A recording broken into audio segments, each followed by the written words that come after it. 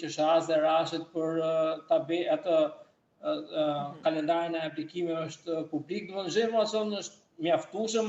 Sot datën 6 korrik deri në datën 26 të informojnë gjithë maturantët për ta mbyllur aplikimin brenda fateve të caktuara.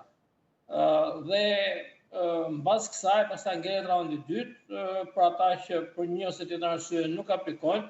Gjithsesi unë do të këshilloj maturantët që të aplikojnë gjithë në raundin e parë. Qoftë edhe ata që duan studiojnë jashtë vendit, le ta bëjnë aplikimin në portalin Albania, sepse nëse ata nuk do ta kenë mundësinë për të lëvizur jashtë ose nuk fitojnë dot vendin e studimit që do dëshironin të studojnë në universitet huaj, së paku kanë aplikimin këtu dhe kanë fituar një vend studimi në Shqipëri. Ngelet pastaj zgjidhja e maturantëve se cilë rrugë ata duan të marrin.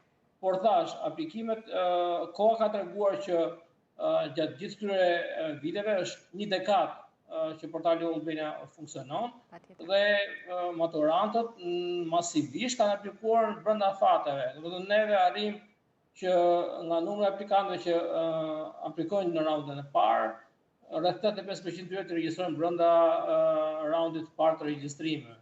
Që i besoj ka informacion mjaftueshëm. Gjithsesi ne do të vazhdojmë me detyrën tonë të informojmë. Patjetër dhe ju përgëzoj në fakt sepse jeni të jetë aktiv në dhënien e informacionit të gjithë maturantëve në mënyrë që zëri juaj dhe këshillat tuaja të shkojnë në çdo cep ku janë maturantët. Por do doja në fakt sepse është dëshira jonë që maturantët të rrinë në Shqipëri. Domethënë ne kemi universitete të mira, të cilat mund të kenë problematikat e tyre, por për vetë faktin që produkti i tyre